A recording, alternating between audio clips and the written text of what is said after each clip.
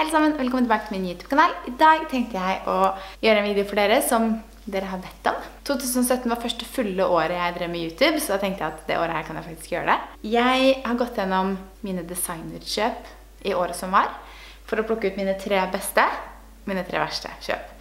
Det er veldig vondt å plukke ut sine 3 verste, fordi det er egentlig ingen av de her som er på en måte, som jeg angrer på at jeg har kjøpt, eller som på en måte, jeg skulle ønske jeg aldri kjøpte rett og slett, men det er på en måte bare andre ting som gjør at det kanskje var et litt mindre bra kjøp enn de som er på topp 3. Så har jeg også andre ting i skapet som er sånn midt mellom. Noe kjøpte jeg rett før jul, så jeg føler ikke at det er riktig å liksom ta med de. Og så var det å huske hva som faktisk var kjøpt i fjor da. Jeg tror det jeg har plukket ut her nå faktisk var kjøpt i 2017. Så om dere liker denne type video, så gi den gjerne en tommel opp. Jeg kan lage flere sånne her type videoer. Mine beste og verste vesker, sko, plagg, ja, solbriller, smykker. Så gi meg en tommel opp om du liker sånne her type videoer, og kommenter gjerne om det er noen spesielle videoer du har lyst til å se i fremtiden. Jeg driver og skriver opp litt hva jeg skal gjøre i mars, så kommenter gjerne hva dere ønsker å se, særlig med våren som kommer og vårnyheter og alt sånt. Og husk å abonnere på kanalen min for 3 videoer i uken. Vi kan starte med det positive da.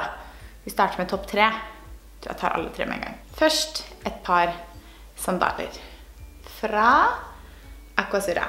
I 2017 så har jeg eneste brukt sånn mye penger på, sånn dyre designerting. Det har vært vesker og sko. Det er det jeg liker å bruke penger på. Klær og sånt liker jeg heller å kjøpe High Street. Så holder jeg meg til litt dyrere vesker og sko. Men de her har vært en stor favoritt. Jeg gleder meg så mye til jeg kan begynne å bruke det igjen.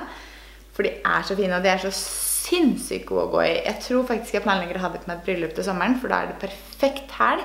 Og jeg har lyst på den her i en farge til egentlig, men jeg klarer liksom ikke helt å rettferdiggjøre det. Men de her er definitivt på topp 3 på mine kjøp i 2017. Og så kommer en veske som jeg sikkert ikke er noen overraskelse for dere at det er på min topp 3-liste. Det er min mørkeblå Gucci Marmont i velur. Den har jeg brukt så sykt mye. Jeg kjøpte den jo i sommer, men den har blitt brukt helt utrolig mye. Så den her er absolutt på topp 3 over mine beste kjøp i fjoråret. Den kommer nok til å bli mye brukt i året som kommer også. Jeg er så glad i den her. Nå ser jeg at den blir litt sånn mørk i fargen her, men den er ganske mørkeblå. Litt mye lys her i dag. Vi har også en sol som driver og forsvinner inn og ut av skyene. Så hvis det er litt rart lys, så er det derfor. Så enda et par sko faktisk på topp 3. Det er de her. Chloé-skoene mine. De er jeg jo så fornøyd med at jeg jo kjøpte de i en ny farge når jeg var i London i vinter, eller over nyttår. Da kjøpte jeg de i burgunder også, så de gleder jeg meg masse til å bruke igjen. De kjøpte jeg på salg i sommer, tror jeg det var, på Vinci, og det er ganske godt brukt. Også en sånn perfekt hælhøyde, som bare er så god å gå i med til vanlig. Men de er så lett å bare kippe på seg, og de er så gode på. Så de er også på topp 3. Det var mine topp 3 beste kjøp. Jeg har jo sånn, jeg er veldig glad i den nye veska mi fra JW og sånt, men den kjøpte jeg jo i akkurat i årsskiftet, så jeg føler ikke at den helt kan få lov til å være med.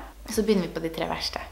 Og det er skikkelig vondt å se på de som ligger der, for det er ikke dårlige kjøp. Men det er bare det at de blir ikke brukt like mye. Først så kan jeg nevne den her, som jo er en av mine favorittvesker. Men den er kanskje ikke det beste kjøpet jeg har gjort, med tanke på at den er veldig liten. Det visste jeg, det var derfor jeg har utsatt å kjøpe den. Og den får ikke plass til mobilen min engang. Som du ser, så er mobilen min for stor til veska. Den går på utsiden. Så jeg får ikke mobilen oppi der, jeg får jo akkurat det jeg trenger oppi der. Så den er ikke veldig praktisk. Og derfor ender jeg opp med å ta andre vesker i stedet for, fordi den her er så liten. Men den er kjempefin, og jeg hadde lyst på den en god stund, men jeg utsatte det fordi at den var så liten. Så den er kanskje ikke en av de beste kjøpene, men jeg er veldig glad i den likevel. Og så er det den her, som jeg jo har snakket litt om i det siste. Den er jeg også kjempefornøyd med. Jeg elsker veska, brukte den masse i starten, og bruker den jo fortsatt litt, selvfølgelig. Men greia er at den blir så slitt. Her, på hempa. Jeg vet ikke om jeg klarer å vise dere det. Der. Og det er jo ikke fint, synes jeg, i det hele tatt. Den her er jo designet for å bevege seg frem og tilbake her, og det er veldig dumt at den blir slitt, synes jeg. Så derfor havner den i min 3 verste kjøp i 2017. Rett og slett fordi den sliter seg veldig stygt. Jeg synes ikke det er noe pent i det hele tatt. Men ellers er den brukt masse. Kjempemasse, for jeg får plass til en del. Og den blir sikkert brukt mye nå til våren nå. Jeg bare synes det er litt kjedelig at den begynner å bli sånn svart og misfarget her. Og så siste tingen, som jeg også er veldig, veldig fan av, egentlig. Som jeg kjøpte i mai eller noe, tror jeg. Det er den her. Loewe-kløtsjen. Den er super fin. Jeg elsker fargen på den, jeg elsker printet på den selvfølgelig. Jeg har drømt om de lårveskene en god stund. Men den blir jo ikke brukt. I hvert fall ikke nok. Den burde bli brukt veldig, veldig mye mer. Så derfor havnet den også i bunn. Den blir ikke brukt. Størrelsen har jo ikke noe å si her. Den passer, har plass til masse.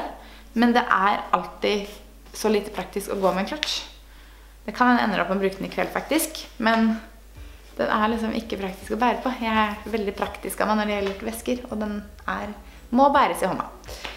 Og jeg har vel ikke vært på nok fester i det siste da, så jeg har ikke fått brukt den så mye. Så derfor havnet den i bunn 3.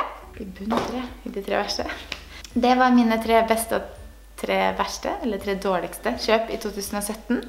Jeg angrer som sagt ikke på noen av de 3 veskene som havnet i bunn, men det er bare andre grunner som gjør at jeg havnet der. Det var mine 3 beste og 3 verste kjøp i 2017. Jeg håper du likte videoen. Gi den gjerne en tommel opp om du gjorde det, og om du vil jeg skal lage flere sånne her type videoer.